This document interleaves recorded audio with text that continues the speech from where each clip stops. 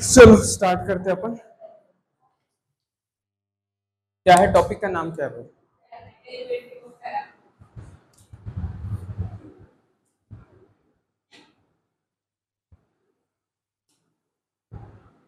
Derivative of parametric function.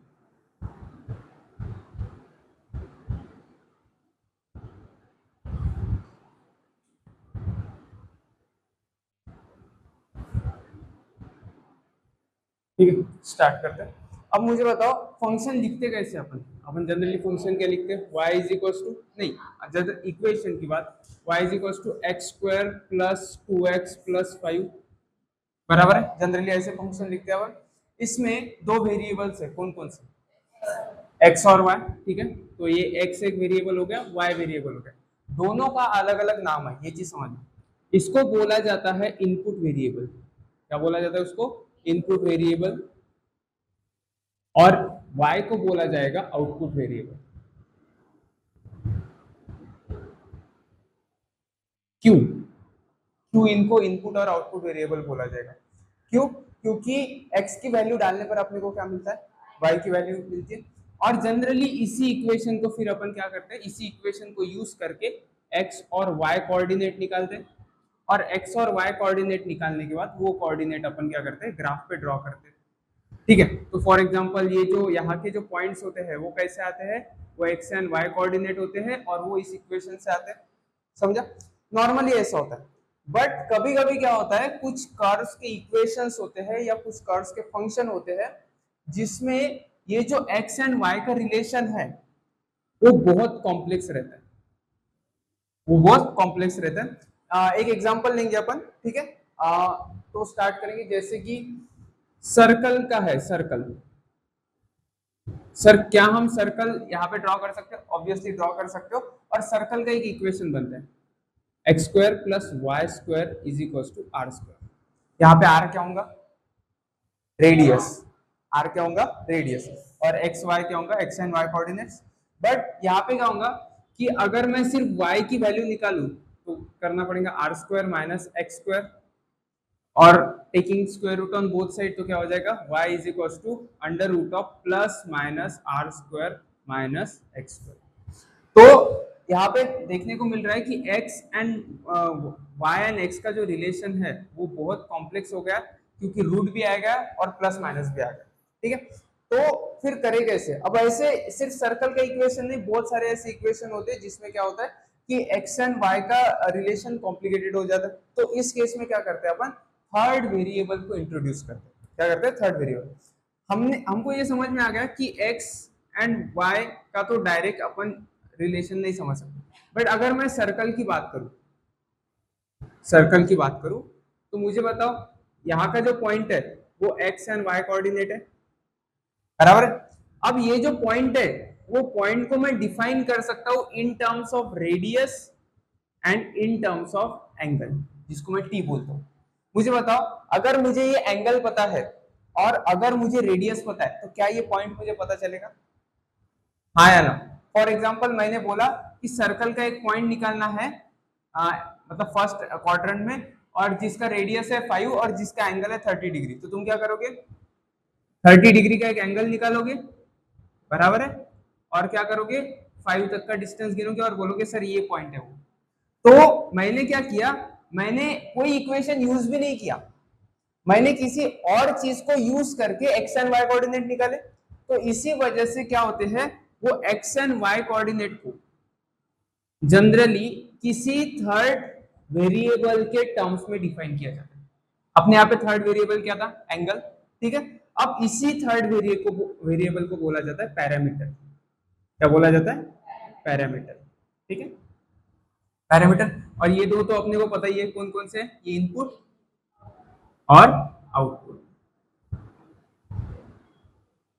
तो क्या होगा समझना, पहले एक पैरामीटर लिया जाएगा, पैरामीटर के हिसाब से x और y की वैल्यू निकाली जाएंगी, क्योंकि x एंड y को किसके टर्म्स में डिफाइन किया जाएगा? पैरामीटर के टर्म्स में।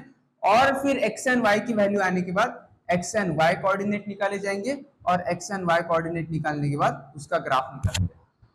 समझा? कब निकाला जाएगा?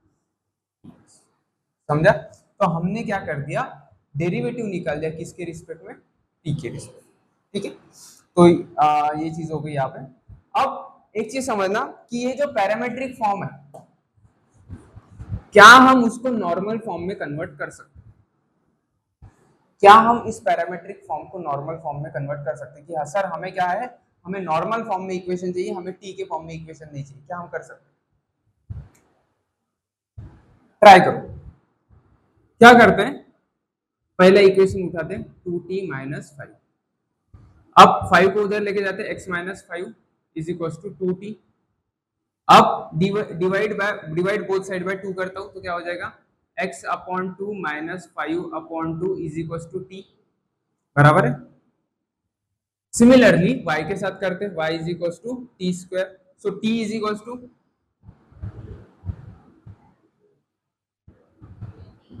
Under root of x। ठीक है, वो एक्चुअली प्लस माइनस आता है। हाँ, तो अब क्या करते हैं, दोनों t है तो दोनों साइड को क्या मैं इक्वेट कर सकता हूँ, तो क्या हो जाएगा, plus minus under root of y is equal to x upon 2 minus 5 upon 2। So taking squaring on both side तो क्या आ जाएगा, y is equal to x square upon 4 minus 25 upon. तो देखो मैंने इक्वेशन ला लिया अपने नॉर्मल फॉर्म में, t एलिमिनेट हो गया। तो इसी वजह से इसकी जो वैल्यू आएंगी और इसकी जो वैल्यू आएंगी वो क्या रहेंगी, सेम रहेंगी। समझा? ठीक है, बट अपने को यहाँ पे किस पे फोकस करना है, डेरिवेटिव पे फोकस करना है। तो अपन स्टार्ट करते हैं, एग्जांपल सॉल्व करते हैं। ये समझा क्या हो रहा है कि रिलेशनशिप कॉम्प्लेक्स होने की वजह से क्या हो रहा है, अपन थर्ड पैरामीटर को इंट्रोड्यूस करें। एक आधा एग्जांपल बताओ।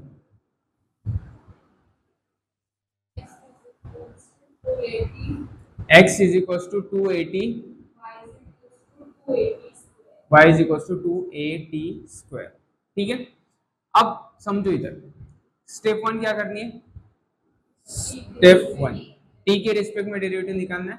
तो क्या करते हैं, निकालते हैं x is equal to 2at, यहाँ पे कांस्टेंट क्या क्या है, 2a कांस्टेंट है, ठीक है, पर निकालते हैं अपन dx by dt is equal to d dt of 2a t। ठीक है, अब मुझे बताओ 2a कांस्टेंट है तो बाहर आ जाएगा 2a, और t का क्या हो जाएगा 1, तो आंसर क्या आ जाएगा उसका 2a। ठीक है, नेक्स्ट चीज y is equal to 2at square, तो dy बाय dt क्या आ जाएगा, d dt of 2at square, 2a बाहर आ जाएगा कांस्टेंट होने की वजह से, और t स्क्वायर का डेरिवेटिव क्या हो जाएगा 2t, तो आंसर क्या आ जाएगा 4at।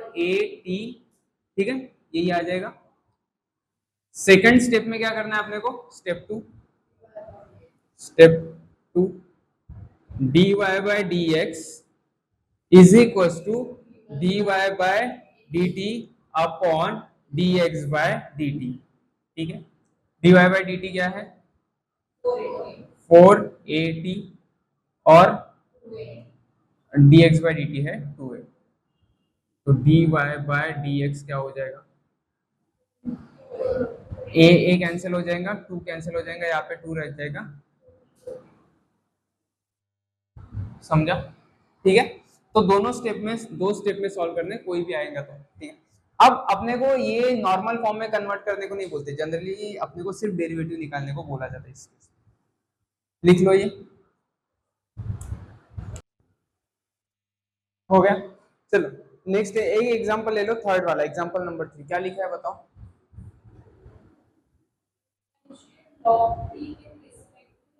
Differentiate log with respect to 1 plus t square. ठीक है, अब ध्यान देना इधर, ये पैरामेट्रिक का इक्वेशन है, बस अपने को समझ नहीं रहा है क्या बोला है, differentiate log t with respect to log of 1 plus t square. पहली बात तो t आया है, यानी थर्ड वेरिएबल आया है, यानी ये इक्वेशन कौन सा है, पैरामेट्रिक है। अपन जनरली क्या लिखते हैं, अपन क्या लिखते हैं, differentiate y with respect to x।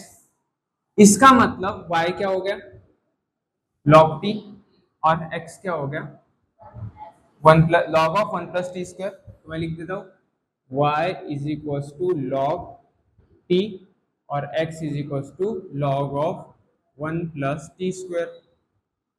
ठीक है, पूछा क्या है, differentiate log t with respect to 1 plus t square, मतलब dy by dx is equal to question mark. सबसे पहला स्टेप क्या है, स्टेप वन मैं लिखता हूँ y is equal to log t dy by dt निकालना है सबसे पहले, तो क्या आ जाएगा d dt of log t, और log t का फॉर्मूला क्या होता है 1 अपॉन टी, तो dy बाय dt क्या आ गया 1 अपॉन टी, तो ये पहला आ गया। नेक्स्ट dx बाय x लिख लेता हूँ पहले, x is equal to log of 1 plus t square, तो dx by dt is equal to हो जाएगा d dt of log of 1 plus t square. अब मुझे बताओ ये कैसे सॉल्व करोगे, कौन से मेथड से, चेन रूल से। ठीक है, देयरफॉर बाय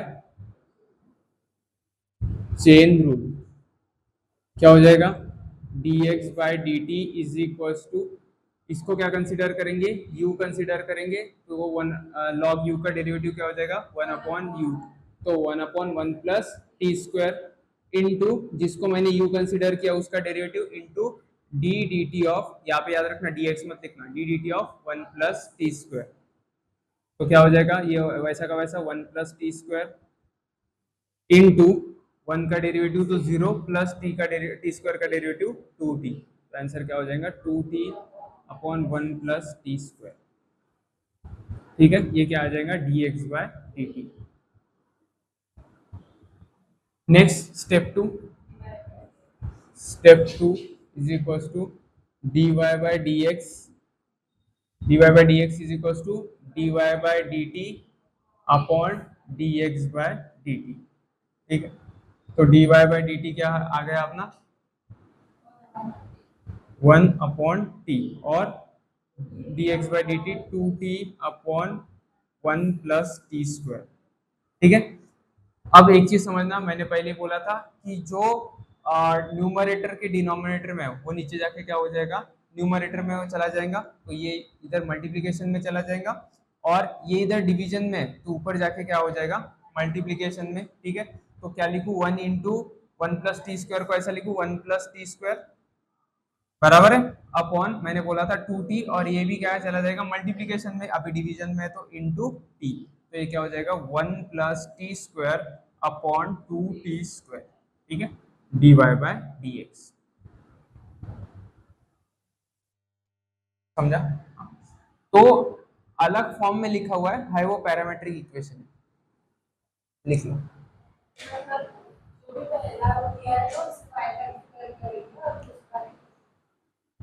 हाँ, जनरली विथ रिस्पेक्ट टू के बाद में जो आता है उसे इनपुट वेरिएबल कंसीडर करना, इनपुट वेरिएबल हमेशा x होता है, और जो विथ रिस्पेक्ट टू के पहले आता है उसको y कंसीडर करना।